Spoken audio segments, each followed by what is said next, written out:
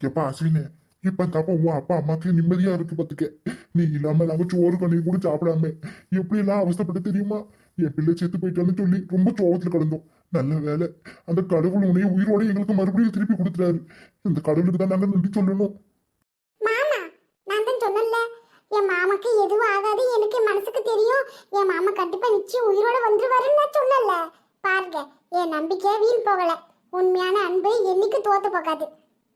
அதனாலக்கு அந்த கடவுள் என் மாமனை எனக்கு உசுரோட மறுபடியும் திருப்பி அனுப்பிவிட்டாரு. நெசந்தா மறி குழந்தை, உன்னுடைய உண்மையான அன்புத்தையும் என்னை இப்படி உயிரோட மறுபடியும் வர வச்சிருக்கு. ஒரு நிமிஷம் நானும் நினைச்சு பார்த்தேன், ஒருவேளை நாம அந்த விமானத்துல போய் செத்து போயிருந்தா நம்ம குடும்பத்தோட நிலைமை என்ன ஆயிருக்கும் அப்படின்னு நினைச்சு பார்க்கவே ரொம்ப சங்கடமா இருக்கு பாத்துக்க. ஏன்பா அஸ்வினே, இந்தா பாரு, இன்னும் வேலைக்கு போறேன்னு சொல்லித்தானே பொட்டி படிக்கல எடுத்துக்கிட்டு கிளம்பி போனேன். அப்படி இருக்கீல, நீ பாதியில எப்படிப்பா திரும்பி வந்த? அப்ப உண்மையில நீ அந்த விமானத்துக்கு போலையா? சொல்றேம்மா, சொல்றேன். அது ஒரு பெரிய கதை. அந்த கதையை உங்ககிட்ட சொல்றேன். இங்க இருந்து நான் கிளம்பி போனேன்ல கார்ல, போற வழியில ஒரு ஆட்டோக்கார் வந்து எங்க கார் மேலேயும் மோதி போட்டான். ஐயோ, அப்புறம்? அது ஆட்டோக்கார இல்லம்மா, ஆண்டனே. அதனால ஏன் நான் அந்த விமானத்துல போகல பாத்துக்கிட்டு. இல்லாட்டி நான் போயிருந்தேன், போனமா தான் வந்திருப்பேன். சேச்சே, போனமா கூட வந்திருக்க முடியாது, சாம்பளத்தையும் கடந்திருப்பேன். அந்த ஆட்டோக்காரே நான் போன கார் மேல மோதினால தலை கொஞ்சம் அடிச்சு கேர் ஆகி போச்சு, கை உடஞ்சு போச்சு. தூக்கிட்டு போய் ஆஸ்பத்திரியில சேத்தாக பாத்துக்க. 2 நாளா மயக்கத்திலேயே கடந்தேன். கண்ணு முடிச்சு என்ன பார்க்கல. 3ஆவது நாளத்தே கண்ணு முடிச்சு. அதுக்கப்புறமேத்தே என்ன நடந்துச்சுன்னு எனக்கே தெரிய வந்துச்சு. அதுக்கு மேற்பட்டுதான் நான் வீட்டுக்கு கிளம்பி வந்தேன். அதுக்குள்ளார நான் செத்து போடுறத நினைச்சு நீங்க என் போட்டோக்கு பூவு பொட்டு மாலை எல்லாத்தையும் வாங்கி மாட்டி அந்த போட்டோவை படத்து செவுத்துல மாட்டி நீங்க எல்லாம் அழுது ஒரு அலப்பறை பண்ணிவிட்டீங்க. நான் மட்டும் அன்னைக்கே திரும்பி வீட்டுக்கு வந்திருந்தா இவ்வளவு பிரச்சனை இருக்காது. 3 நாள் கழிச்சு வந்ததுனால நான் செத்து போயிட்டு நினைச்சு நீங்க எல்லாரும் முடிவே பண்ணிட்டீங்க.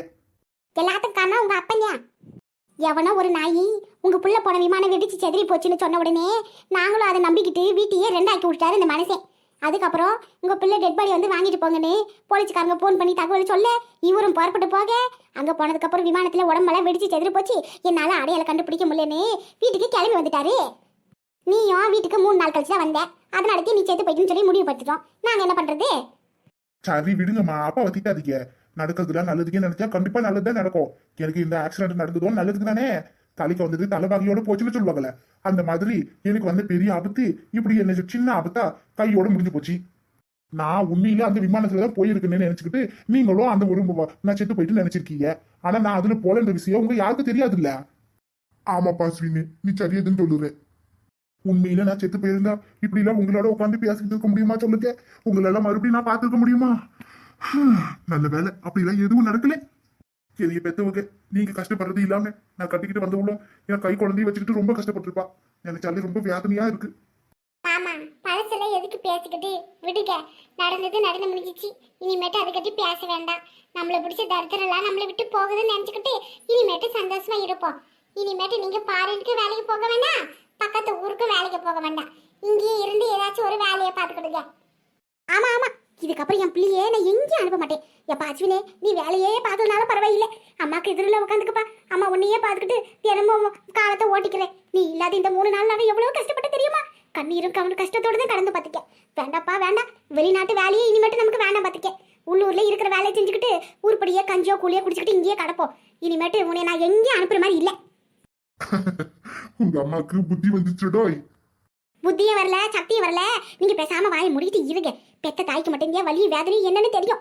என் பிள்ளை இல்லைன்ற நினைச்சு பார்க்கும்போது நான் எப்படி திரும்ப ஈரக்கொலையே நெடுங்கி போச்சு. இனிமேட்டு என் பிள்ளைய நான் எங்கேயும் அனுப்ப மாட்டேன்ப்பா. என் பக்கத்தை தான் வச்சுக்க போறேன். சரிம்மா, நானும் இனிமேட்டு வெளிநாட்டு வேலைக்கு போக மாட்டேன், இங்கேயே இருக்கலாமா? அண்ணா, மீனா, மாசமா இருக்கிற பிள்ளை இப்படித்தான் ஓடி வருவாங்களா? கொஞ்சம் பார்த்து பொறுமையா வா மீனா. இந்த மாதிரி நேரத்துல ஒரு அடி 4 அடி எடுத்து வச்சாலும் பார்த்து கீழே என்ன இருக்குன்னு பார்த்து எடுத்து வைக்கணும்னு சொல்லுவாங்க. நீ என்னடா இப்படி வெளியே ஓடி வர குடுக்குடுன்னு வயிற்றுல குழந்தைய வச்சுக்கிட்டு இப்படி எல்லாம் ஓடி வரக்கூடாது. பரவாயில்லண்ணே, உன்னைய பாக்குறதுக்காண்டிட்டு நான் ஓடி வந்திருக்கேன். எனக்கு என்ன ஆனாலும் பரவாயில்லை. அண்ணி ஃபோன் பண்ணி எல்லா விஷயத்தையும் எனக்கு சொன்னாங்க. அதுக்கப்புறம் எனக்கு பெரிய மூச்சே வந்துச்சு பாத்துக்கிட்ட. இப்பதான் நான் நிம்மதியா கிடைக்கேன். நீ எப்படின்னே இருக்கேன்? கையெல்லாம் உடஞ்சு கிடக்கு, என்னாச்சுன்னே? அது வேற ஒண்ணு இல்ல மீனா, உன் அண்ணனுக்கு ஒரு சின்ன ஆக்சிடென்ட் ஆயிடுச்சு பாத்துக்க. அதனாலதான் கையை உடஞ்சு கிடக்கு. அதுவும் நல்லதுக்குதா. அதனாலதான் அந்த விமானத்துல போக முடியலையா. இல்லாட்டி அதுல போயிருந்தானா ஒரே அடி மேல போயிருப்பான். நல்ல வேலை அதுல போகாதனாலதான் நம்ம வீட்டுக்கு மறுபடியும் திரும்பி வந்திருக்கான். இப்பதானே எனக்கு சந்தோஷமா இருக்கு. நீ இல்லைன்னு கேட்ட உடனே என்னால அதை தாங்கிக்கவே முடியல பாத்துக்க. ஆமா மாமா, நீங்க இல்லன்னு சொல்லிட்டு மீனா மருந்து மாத்திரை கூட ஒழுங்கா சாப்பிடல பாத்துக்க. சோறு தண்ணி இல்லாம உட்காந்துக்கிட்டு ஒரே இடத்துல அழுதுகிட்டே கிடப்பா. எப்ப பார்த்தாலும் சோகமாவே இருப்பா. நானும் எவ்வளவோ சொல்லி பார்த்தேன். ஆனா அவ மனசு தேர்த்துக்கிட்டு மருந்து மாத்திரை சாப்பிடணுன்ற எண்ணமே அவளுக்கு வரல. பாத்துக்கிடுங்க. நீங்க இல்லைன்ட்டு ரொம்ப வருத்தமா இருந்தா. ஆனா நீங்க இப்ப திரும்பி வந்தது ரொம்ப சந்தோஷமா இருக்கு. நீங்க நல்லா இருக்கீங்களே, எந்த பிரச்சனையும் இல்லைல்ல மாப்பிள்ள. அதுல எனக்கு ஒண்ணும் இல்லை. நான் நல்லாதான் இருக்கேன். உங்க இதுல தானே உட்காந்து பேசிட்டு இருக்கேன். விடுங்க. அந்த ஆண்டவன் எனக்கு இவ்வளவு சொந்த பந்தத்தை கொடுத்து சந்தோஷத்தையும் கொடுத்துருக்கா. எனக்கு இதுவே போதும். இனிமேட்டு வெளிநாட்டு வேலைக்கெல்லாம் நான் போக மாட்டேன். மீனா அழுகாதுமா, முதல்ல அழுகி நிப்பாட்டு. எங்க அண்ணனுக்கு ஒண்ணும் ஆகல, அது திரும்பி வந்துருச்சு. எனக்கு இந்த சந்தோஷமே போதும்னே. அம்மாடி மயில் குழந்தை, மாப்பிளையும் பொண்ணு வந்திருக்காங்கல்ல, உள்ள போய் குடிக்கிறதுக்கு காப்பி தண்ணி ஏதாச்சும் போட்டு கொண்டு வாப்போ. ஐயோ மாமா மாமா, மறந்தே போயிட்டேன். மாமா கூட பேசுனதுல மத்தவங்கள மறந்துட்டேன். இருக்க 5 நிமிஷம் அத்தனை பேருக்கும் சூடா காமி போட்டு கொண்டு வரேன். இல்லக்கா, எங்களுக்கு எதுவும் வேண்டாம். நாங்க இப்படிதான் வரும்போது சாப்பிட்டு வந்தோம். மாப்பிள்ளை அப்படித்தான் சொல்லுவாரு, குடிக்கிறதுக்காக போய் தண்ணி கொண்டு வாப்போ. பரவாயில்லப்பா, இருக்கட்டும். நம்ம வீடு தானே, நாங்க என்ன வெளியாளா? இங்க அடிக்கடிக்கு வந்துட்டு போக போறதுதானே. எங்களுக்கு அதெல்லாம் ஒண்ணும் வேண்டாப்பா.